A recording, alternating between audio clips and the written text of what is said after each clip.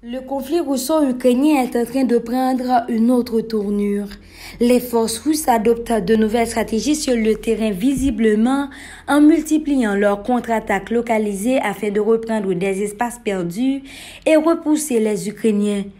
Le conflit se propage malgré le Donbass dans l'est de l'Ukraine en dépit des avancées dans les négociations. Dans le nord, c'est une toute autre situation. Les Russes poursuivent leur retrait partiel du nord de la région de Kiev vers la frontière bélarusse, a indiqué le ministère ukrainien de la Défense qui dénonce toutefois des pillages des soldats russes, relate Euronews. Les Ukrainiens ont eux repris le contrôle des villages de Sloboda et Lukashivka au sud de Tchernihiv. Des experts américains préviennent que l'Ukraine pourrait récupérer d'autres territoires dans les prochains jours, notamment au nord-ouest et à l'est de la capitale. Les troupes russes ont abandonné dans la foulée la centrale de Tchernobyl, qu'ils occupaient depuis le début de l'invasion le 24 février, selon les autorités ukrainiennes.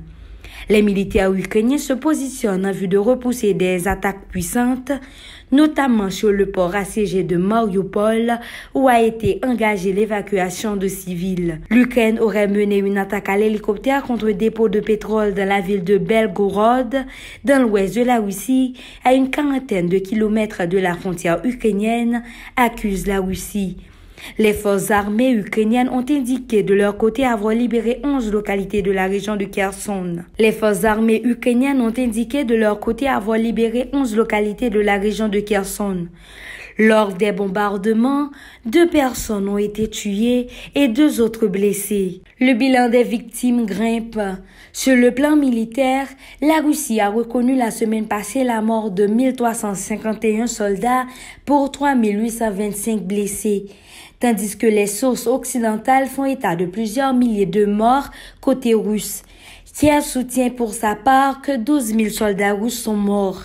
Le président Volodymyr Zelensky a relaté le 12 mars dernier que son pays a perdu environ 1300 militaires. Outre la Russie, l'Ukraine se trouve dans le collimateur des organismes non gouvernementaux sur place.